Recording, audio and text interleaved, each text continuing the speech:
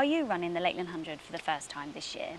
So for those people that don't know, the Lakeland 100 is a 105-mile ultramarathon. It starts and finishes in the village of Coniston in the Lake District, and you do a full clockwise loop of the Lake District. You don't summit many fells, but you do have a lot of climbing and descending. There are some really high passes that you go over, and it is a really, really difficult 100-miler. I would say in the UK, it's one of our toughest 100 miles we have here.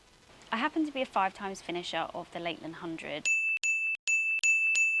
And I'm not an elite runner, but I'd like to think that after finishing it 5 times, I've probably got enough experience to share with other people on really how to attack this race.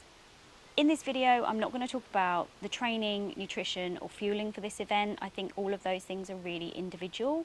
What I am going to talk about is the route itself and some things that I like to bear in mind when I'm running it.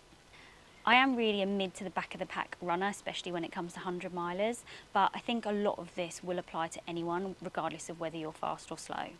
So these are my top things to think about when you're taking on the Lakeland 100 for the first time. So the Lakeland 100 can really be split into 3 distinct sections: hilly, flat, and then hilly.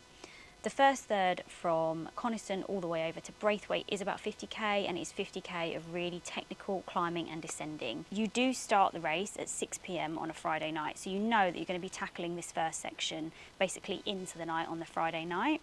The good thing about this leg though is that you're on fresh legs. I always like to think of it as the start of a great adventure, and I always like to chat to lots of people who are running alongside me at that point. The middle section is comparatively flatter. It is much more runnable, but don't get me wrong, there are still your typical Lakeland paths that have got great big boulders stuck in the middle of them. So there are still plenty of places for things to go wrong, but it is much easier to get a move on in the middle section. The final third again becomes quite hilly, but the good thing about this third is that you're joined by the 50-mile runners, and don't underestimate how much they will pick you up and carry you through the last section of the race. Route navigation. So the Lakeland 100 is totally unmarked. There are no route arrows, there's nothing hanging in trees to tell you which way to go. All you will have to navigate is your watch, if you want to put the GPS route on your watch, this map and one of these road books or route foldy. This is super helpful. This is like a turn-by-turn guide of the whole route. I would highly recommend, if you can, and if it's your first Lakeland 100, get up and recce some of the first third of the route, especially because that is a really technical section that you'll be doing in the dark. Get a copy of this. I think you can still buy these from the endurance store, or you can download them from the Lakeland 100 website. Take it with you and follow it turn by turn to really get the route stuck in your mind. If you really can't get up to the lakes and recce the route, don't worry. There are people that have run the whole race without recceing a single step of it. I would recommend still getting a copy of these ahead of time and following along John Kynaston's YouTube videos, where he's run the whole route with a camera. You can follow him running the route and just check out what is to come, basically.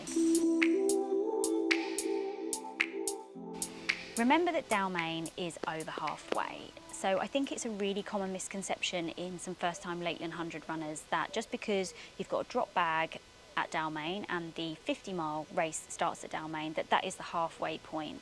Now Dalmain is actually 59 miles into this race. The race is 105 miles, which makes halfway 52 and a half. So yeah, at this point you've run 59 miles and you've only got 46 left to go. For me, that is a really big positive thing to think about when you get to Dalmain. It is a place, that's my school drop-off alarm.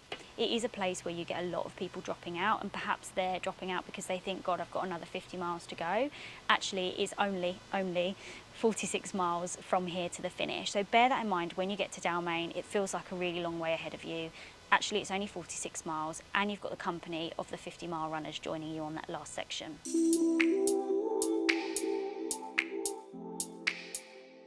Be prepared for the toughest leg on the whole race. In my opinion, leg 10, which is the Howtown to Mardale Head leg of the Lakeland 100, is the toughest of the whole route. It is technically not the most difficult leg to run, but it is the second longest. It's about 9.5 miles, and also you've got the biggest climb of the whole race in this leg. You're also potentially running this leg late on Saturday morning into Saturday afternoon, and historically, if it's been a hot event, people have run out of food and water on this leg because they simply haven't been prepared enough for it. So make sure that when you get into the Howtown aid station, which is the aid station just before this leg, you go in, pick up enough food and water to get you all the way to Mardale. The Lakeland 100 is definitely one of my all-time favourite races. I could talk about it for hours and hours. If you've got any more questions or want any more advice, then please comment below, and I will do a separate video on the 5 times that I've completed it and the things that have worked well and what hasn't worked well for me.